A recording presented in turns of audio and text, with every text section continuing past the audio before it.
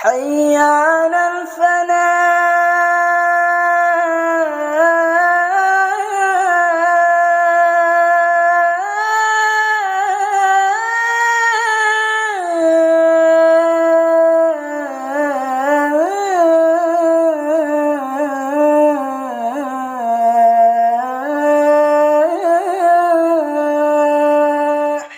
Bismillahirrahmanirrahim. Assalamualaikum warahmatullahi wabarakatuh. Alhamdulillah, hamdan wa syukran lillah, salatan wa salaman ala rasulillah, amma ba'du. Faqala rabbi shrah li sadri wa yassir li amri wahlul 'uqdatam min lisani yafqahu qawli. Allahumma anfa'na bima 'allamtana wa 'allimna ma yanfa'una wa zidna min ladunka ilman nafi'a. Allahumma faqihna fid din wa 'allimna ta'wil waftah lana futuhal 'arifin bika ya arhamar rahimin. Wa sallallahu ala sayyidina Muhammad wa ala alihi wa sahbihi wa sallam ajma'in. Walhamdulillahi rabbil alamin. Bersyukur kepada Allah Subhanahu wa taala. Tahu dulu kita mau mati baru kemudian mempersiapkan mempelajari ilmu kematian, tidak. Dan bahkan disebutkan sebenarnya di dalam sebuah hadis yang panjang, ketika Rasulullah SAW didatangi oleh seorang malaikat, kemudian tidak ada yang mengenalnya sama sekali, dalam hadis Arba'in nomor 2. Dan di saat itu seseorang tadi itu, malaikat yang menyerupai seseorang itu bertanya kepada Rasulullah tentang apa itu Islam. Apa itu Islam? Ma huwal Islam? Al-Islam an tasyhadu an la ilaha illallah wa anna Muhammadar Rasulullah wa iqamis shalah wa ita'iz zakah wa shaum Ramadan wal hajj. Berarti haji ini termasuk salah satu rukun Islam. Maka kita ummahat jamaah yang dirahmati oleh Allah, mau berangkat haji, mau belum tahu kapan, mau berangkat umroh, mau belum tahu kapan, yang penting kita sepakati dulu bahwa hak untuk mendapatkan ilmu tentang haji dan umroh itu adalah hak setiap orang. Begitulah, hak setiap orang. Kalau kita mau bahas, sebenarnya saya ingin bahas bahwa perjalanan haji itu bagaimana penanggalannya, gitu kan. Kalau umroh itu bagaimana, ya benar-benar manasik haji dan manasik umroh. Kalau ini waktunya hanya gambaran-gambaran umum saja nanti. Nah, apa yang disebutkan dalam agama Islam kita, bahwa haji ini di antara 5 rukun Islam tadi, yang terakhir itu adalah melaksanakan ibadah haji man istata'a. Salah satu syarat haji itu adalah mampu. Mampunya itu secara jasmaninya, rohaninya, dan secara maliyah, secara hartanya. Nah, kenapa kita harus berhaji? Kenapa kita harus berumroh? Nah, ini penting dulu. Penting untuk kita pahami dulu. Ummahat yang dirahmati oleh Allah Subhanahu wa taala. Jadi kita harus menghapuskan dulu mindset, pemikiran, pola yang kurang tepat. Orang-orang yang seolah-olah mendapatkan ilmu tentang manasik haji dan umroh itu hanya orang-orang yang mempunyai rezeki untuk berangkat ke tanah haram. Tidak. Ya. Kita pun mungkin kalau sampai akhir hayat ternyata Allah rezekikan belum dapat berangkat ke tanah haram, mempelajari ilmu manasik haji dan umroh itu penting sekali. Jadi di sini kita akan bahas dulu kitab haji, bab fadilah dan penjelasan dari kewajiban-kewajiban tentang haji, insyaallah. Ummahat jamaah yang dirahmati oleh Allah Subhanahu wa taala. Yang pertama yang perlu kita ketahui adalah dalam satu hadis Rasulullah sallallahu alaihi wasallam bersabda, an Abi Hurairah radhiyallahu anhu anna Rasulullah sallallahu alaihi wasallam qala al-umratu ilal umrati kaffaratun lima bainahuma wal hajjul mabrur laisa lahu jazaa'un illal jannah. Muttafaqun alaih. Muttafaqun alaih ini adalah hadis riwayat Imam Bukhari dan Imam Muslim. Dalam kitab hadis riwayat Imam Bukhari itu ada pada jilid 2 halaman 629, nomor hadis 1983 termaktub di sini. Dan dalam riwayat Imam Muslim jilid 9 pada nomor 117 halaman 117 nomor hadis 1349. Apa artinya Ustaz? An Abi Hurairah radhiyallahu anhu, dari Abi Hurairah, semoga Allah Subhanahu wa taala senantiasa meridhai akannya, anna Rasulullah sallallahu alaihi wasallam qala, sesungguhnya Rasulullah sallallahu alaihi wasallam bersabda. Apa kata Rasulullah sallallahu alaihi wasallam? Al-umratu ilal umrati kaffaratun lima bainahuma. Ibadah umroh kepada ibadah umroh yang berikutnya, dari menunaikan ibadah umroh sampai kepada menunaikan ibadah umroh berikutnya, kaffaratun lima bainahuma, adalah penggugur dosa di antara keduanya. Jadi kalau tahun ini ibu ummahat melakukan ibadah umroh, nah kemudian tahun selanjutnya akan melakukan ibadah umroh, maka di antara kedua ibadah umroh yang akan dilakukan dan sudah dilakukan itu adalah kafaratun lima bainahuma, penggugur dosa-dosa yang ada pada diri seseorang tersebut. Lalu kemudian disebutkan wal hajju, kata Rasulullah, dan ibadah haji al-mabrur, ibadah haji yang mabrur, laisa lahu jazaa'un illal jannah. Laisa lahu jazaa'un illal jannah. Tidak ada balasan bagi haji yang mabrur illal jannah, kecuali surga. Tidak ada balasan bagi orang yang melaksanakan haji mabrur itu illal jannah, kecuali surga. Jadi kita perlu memotivasi diri kita. Tujuan utama yang perlu kita dapatkan itu adalah haji yang mabrur. Nah, untuk melaksanakan ibadah haji itu nanti di media sosial itu sudah banyak. Ada 3 cara hari ini. Ada haji yang reguler, ada haji plus, atau ada haji furudha, yang dia undangan dari kementerian, undangan dari kerajaan Saudi Arabia.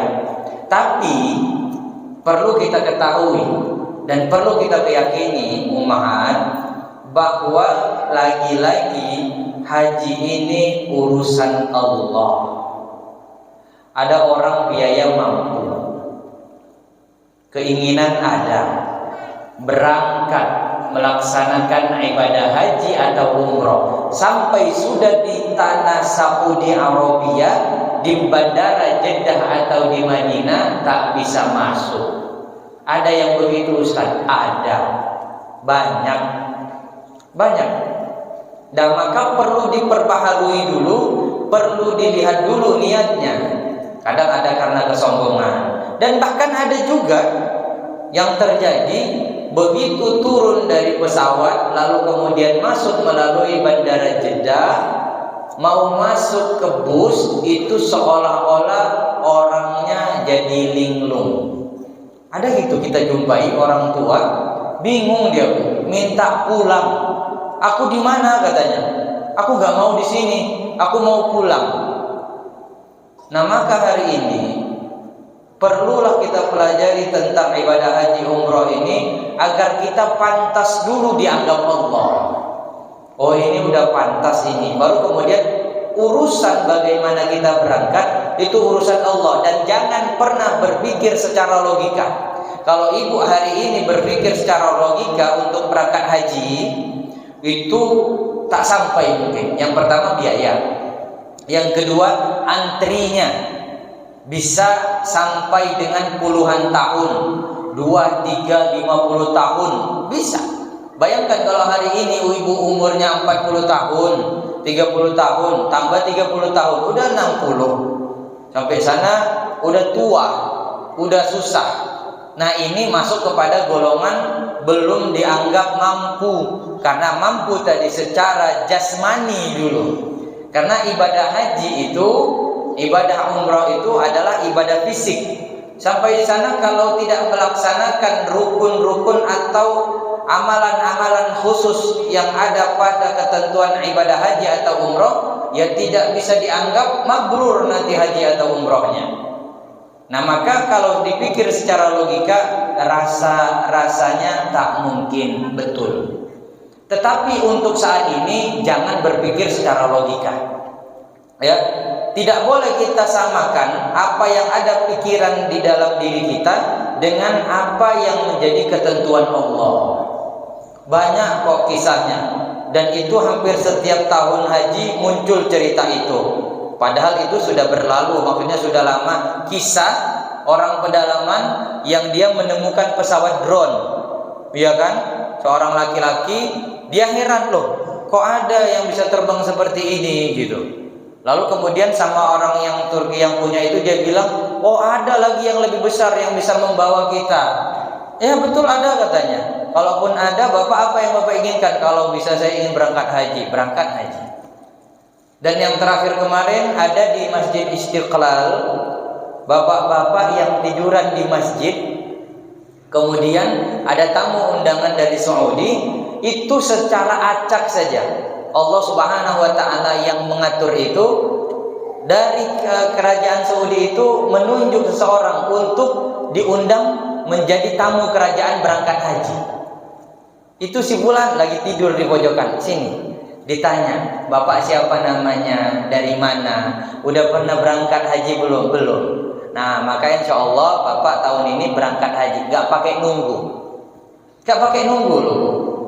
Masya Allah. Dan itu yang ngurusin negara Indonesia.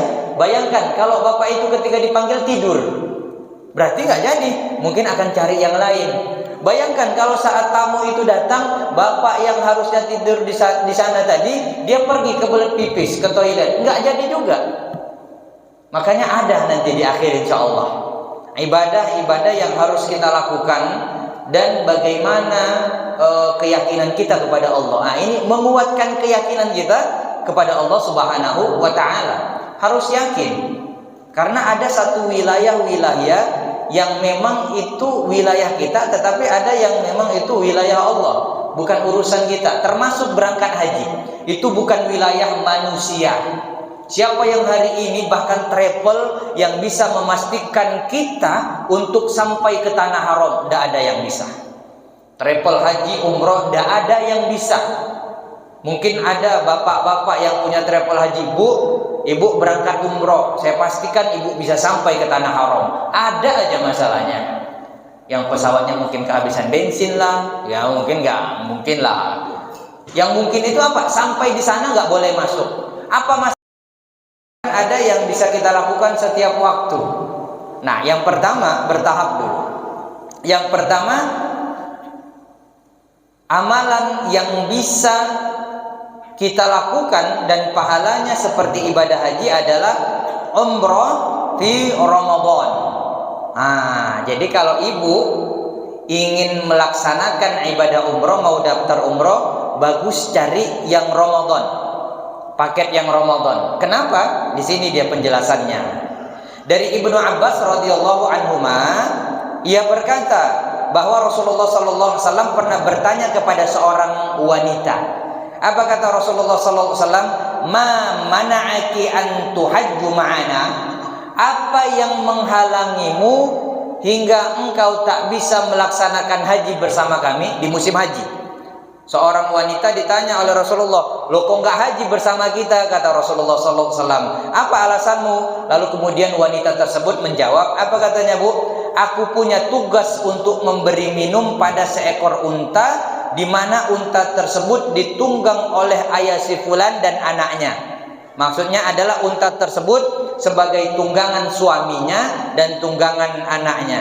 Dia meninggalkan unta tanpa diberi minum, lantas kamilah yang bertugas membawakan air pada unta tersebut. Jadi wanita tadi tidak bisa melaksanakan umroh bersama rombongan karena terhalang harus melaksanakan tugas memberikan unta minum. Lalu kemudian apa kata Rasulullah SAW? Lalu kemudian Rasulullah SAW bersabda, fa iza kana Ramadan i'tamiri fihi fa inna umratu fi Ramadan hajjatun.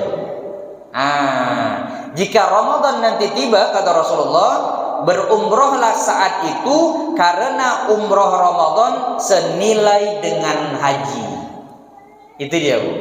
Nah, jadi kita harus beramal dengan amalan yang cerdas. Kalau seumur hidup kita hanya bisa umroh sekali saja, maka daftarlah umroh yang waktunya pada Ramadan. Walaupun nanti harganya beda dikit itu.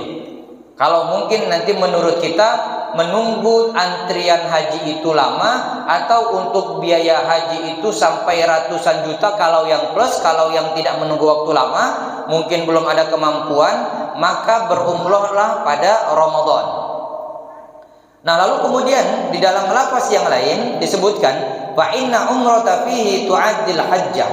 Umroh pada bulan Ramadan senilai dengan haji. Artinya menguatkan bahwa Rasulullah menyebutkan sesungguhnya ibadah umroh yang dilakukan di bulan Ramadan itu seperti haji bersamaku, kata Rasulullah Shallallahu Alaihi Wasallam. Nah, Imam Nawawi rahimahullahu taala berkata, yang dimaksud umroh dalam Ramadan adalah menempati pahala seperti pahala haji. Namun, ini yang perlu diketahui, bukan berarti kewajiban ibadah haji gugur, tidak. Wah, udah kok, padahal mampu dalam harta, mampu dalam jasmani, mampu dalam rohani. Kan kemarin saya udah umroh di bulan Ramadan, itu kan udah senilai ibadah haji. Jadi yang daftar saya haji udah gak usah lagi, atau saya gak usah lagi daftar haji. Bukan berarti itu, ya Bu ya. Syukur-syukur alhamdulillah ibadah umrohnya terlaksana, lalu kemudian ibadah hajinya bisa juga terlaksana. Umroh itu ibadahnya singkat, dalam hitungan jam itu bisa selesai. Ambil niat untuk berihram, baru kemudian berpakaian ihram, kemudian berangkat ke Makkah yang di sana ada Ka'bah, tawaf, lalu kemudian setelah tawaf sa'i, setelah sa'i tahallul, selesai umrohnya. Maka umroh itu bisa dilakukan berkali-kali pada jamaah umroh atau jamaah haji yang menunggu, begitu dia. Ustadz melakukan badal, menggantikan ibadah. Badal itu mengganti ibadah umroh atau badal haji, boleh, tapi bagi orang yang sudah melakukannya untuk dirinya. Contoh, ibu sampai di sana melakukan ibadah umroh ibu dulu, keesokan harinya baru mengambil niat lagi, mengambil ihram lagi, baru kemudian itu badal umroh untuk orang tua, baik yang sudah meninggal dunia ataupun yang masih hidup. Nah, umroh itu sebentar aja, umroh itu singkat saja. Nah, lalu kemudian apalagi yang bisa kita lakukan untuk bisa pahalanya seperti pahala berhaji? Dari Anas bin Malik radhiyallahu anhu berkata, inni ashtahil jihada wa la aqdiru alaihi, qala hal baqiya min waladika ahad, qala ummi, qala fa'ablillahi fi birraha fa iza fa'alta dzalika fa anta hajj wa mu'tamirun wa mujahid fa iza radiyat anka ummuka fattaqillaha wa birraha. Allah. Ini perlu disampaikan kepada anak-anak kita dan kita yang masih mempunyai orang tua. Jadi hadis ini dari Anas bin Malik radhiyallahu anhu, dia berkata, ada seseorang yang datang kepada Rasulullah sallallahu alaihi wasallam dan dia sangat ingin berjihad dengan Rasulullah, ikut berperang di medan jihad, tapi tidak mampu. Gak mampu dia untuk ikut berjihad bersama Rasulullah. Lalu kemudian Rasulullah SAW bertanya kepadanya, apakah salah satu di antara kedua orang tuamu masih hidup? Lalu kemudian dia menjawab, iya, saya masih mempunyai ibu yang masih hidup. Lalu kemudian Rasulullah SAW berkata kepadanya, bertakwalah kepada Allah dan berbuat baiklah kepada ibumu. Jika engkau berbuat baik kepada ibumu, maka statusmu adalah seperti melaksanakan ibadah haji, seperti melaksanakan ibadah umroh, dan seperti berjihad di jalan Allah Subhanahu wa ta'ala. Itu amalan yang kedua. Amalan yang pertama tadi berumroh di bulan Ramadan. Amalan yang kedua untuk mendapat pahala ibadah haji, bertakwa kepada Allah dan berbuat baik kepada orang tua. Maka pahalanya dapat seperti berhaji, berumroh, dan bahkan seperti berjihad di jalan Allah Subhanahu wa ta'ala. Yang ketiga, amalan yang dapat kita lakukan dan kemudian mendapatkan pahala ibadah haji. Lalu kemudian ini disebutkan hadisnya dari Abu Umamah radhiyallahu anhu, anna Nabiy sallallahu alaihi wasallam qala, Nabi Muhammad SAW bersabda, man masya, barang siapa yang berjalan ila salatin maktubatin fil jamaah, siapa yang berjalan menuju salat wajib berjamaah, berjamaah, fahiya ka hajjatin, wa man masya ila salatin tatawwu fahiya ka umratin nafilah. Allahu akbar. Barang siapa yang berjalan menuju salat wajib berjamaah, maka ia seperti melaksanakan ibadah haji. Dan barang siapa yang berjalan menuju salat sunnah, dari rumah berjalan dia untuk menuju melaksanakan salat sunnah tatawwu. Salat tatawwu, salat sunnah, baik itu salat tahiyatul masjid, qobliyah, ba'diyah, dan lain sebagainya macamnya, maka ia seperti melakukan ibadah umrah sunnah. Dalam hadis yang lain disebutkan, man kharaja min baitihi mutahharatan ila salatin maktubatin fa ajruhu ka ajril hajjil muharram, wa man kharaja ila tasbihid duha la yansibuha illa iyyahu fa ajruhu ka ajril mu'tamir, wa salatu ala asari salati la lagwa bainahuma kitabun fi illiyin. Disebutkan Rasulullah SAW bersabda, barang siapa yang keluar dari rumahnya dalam keadaan bersuci, berarti dia berwudu di rumah dulu.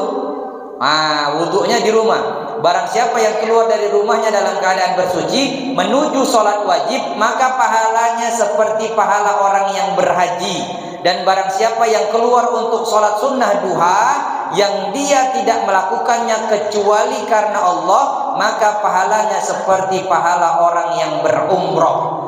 Dan melakukan sholat setelah sholat lainnya, ba'diyah, tidak melakukan perkara yang sia-sia di antara keduanya, maka pahalanya dituliskan oleh Allah Subhanahu wa ta'ala fi illiyin, di dalam kitab catatan amal orang-orang saleh. Masya Allah. Nah, yang keempat, apalagi ibadah yang setara dengan ibadah haji ummahat, maka yang keempat ini mudah untuk kita lakukan. Apa itu? Melakukan sholat duha atau sholat isyraq. Meski kita ketahui ya, perbedaan tentang nama duha atau isyraq ini nanti ada perbedaan. Ada yang mengatakan bahwa isyraq ini adalah sholat sunnah yang dilakukan tidak terputus dari sholat subuh. Nah, sementara duha berarti berbeda. Jadi kalau sholat isyraq itu dimulai dengan sholat subuh berjamaah, kemudian dia berjamaahnya ke masjid ya, kemudian dia tidak pulang, duduk berzikir sampai matahari terbit, kemudian dia melakukan sholat